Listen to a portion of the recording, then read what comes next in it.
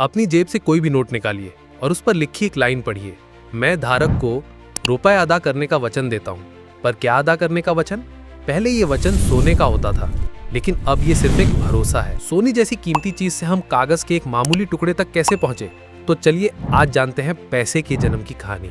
नमस्ते दोस्तों, धांसू market stories में आपका स्वागत है। पिछले एपिसोड में हमने जाना कि सोना इतना कीमती क्यों है और क्यों सदियों तक इसे ही असली पैसा माना जाता था।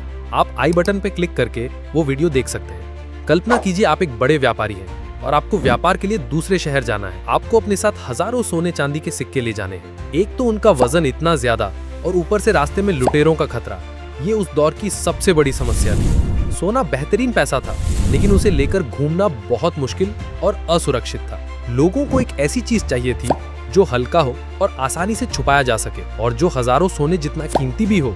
इसी प्रॉब्लम ने एक शानदार आविष्कार को जन्म दिया। लोगों ने इस मुश्किल से बचने का एक तरीका निकाला। उन्होंने अपने सोने के सिक्के शहर के सबसे भरोसेमंद साहूकारों या सुनारों यानी गोल्डस्मिथ्स के पास जमा करना शुरू कर दिया। ये साहूकार उस सोने को अपनी तिजोरियों में सुरक्षित रखते थे। बदले में वो लोगों को एक रसीद यानी सर्टिफिकेट देता था। उस कागज की रसीद पर लिखा होता था कि इस व्यक्ति का इतना सोना हमारे पास सुरक्षित जमा है। अब असली जादू शुरू हुआ। जब किसी व्यापारी को किसी दूसरे को पेमेंट करनी होती तो वो साहूकार के पास जाकर अपना सोना निकालने के बजाय सीधे वो सोने की रसीद ही दूसरे व्यक्ति को दे देता था। क्यों?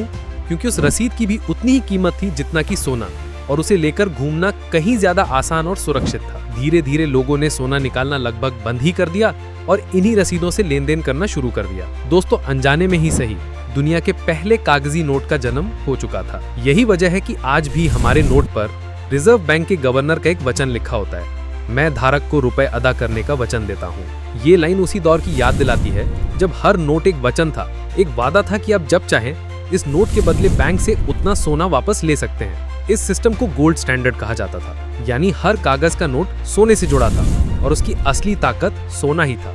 ये सिस्टम सदियों तक चला और इसने दुनिया भर के व्यापार को आसान बना दिया। तो इस तरह सोने की मुश्किलों को दूर करने के लिए कागज के पैसे का जन्म हुआ। ये एक भरोसे पर चलने वाला सिस्टम था जहां हर नोट के पीछे सोना रखा होता था। लेकिन क्या हुआ जब ये भरोसा टूटा? क्या हुआ जब नोटों से सोना गायब हो गया? ये कहानी हम जानेंगे अपनी मनी सीरीज के पार्ट 3 में। देखना मत भूलिएगा। अगर आपको ये वीडियो पसंद आया तो इसे लाइक करें, अपने दोस्तों के साथ शेयर करें और हमारे चैनल को सब्सक्राइब करना ना भूलें। और हाँ, अगर आपके पास भी ऐसी ही कोई दिलचस्प कहानी है जिस पर हमें वीडियो बनाना चाहिए तो हमें कमेंट्स में जरूर बताएं। मिलते हैं अगले वीडियो में।